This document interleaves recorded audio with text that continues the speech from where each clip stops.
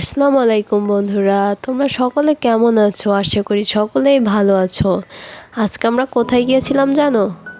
অবশ্য ভিডিওটা দেখে চিনতেই পারছো আজকে আমরা কোথায় গিয়েছিলাম।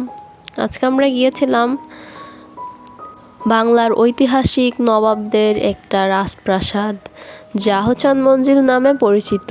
এটি পুরান ঢাকার ইসলামপুরে অবস্থিত। আহসান মঞ্জিল আমাদের ঐতিহাসিক সংস্কৃতির একটি বিশেষ ভূমিকা রাখে।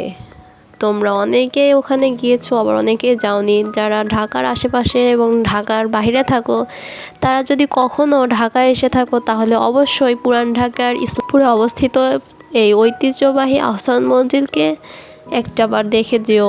এর ভিতরেও কিন্তু অনেকটা সুন্দর কাজ আছে।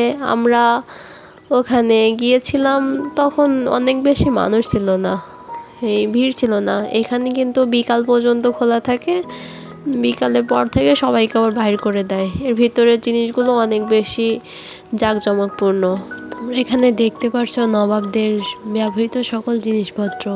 তাদের ডাইনিং টেবিল কতটা সুন্দর দেখতে পাচ্ছ বন্ধুরা। তাদের ওপরে যাওয়ার জন্য সিঁড়ি অনেকটা সুন্দর, এটা কিন্তু কাঠ দিয়ে নির্মিত। এছাড়াও ভিতরে অনেক কিছু দৃশ্য আছে যা ভিডিওতে দেখানো হয়নি। আহসান মঞ্জিলের চারিপাশের দৃশ্যটি আপনাকে একেবারে মনকে ভালো করে দেবে।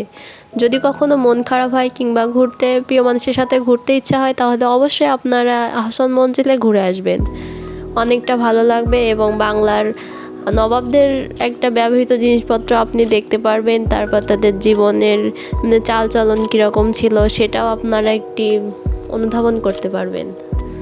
তো এই ছিল আজকের ভিডিও। আশা করি যারা আহসান মঞ্জিলে যাননি তারা এটা উপভোগ করতে পারবেন না, আর যারা গিয়েছেন তারা অবশ্যই এই ভিডিওটা উপভোগ করতে পারবেন। এবং আপনারা যারা যাননি তারা একবার যাওয়ার চেষ্টা করবেন, দেখবেন বাংলার ঐতিহ্যকে দেখার একবার হলেও আপনার সুযোগ হবে।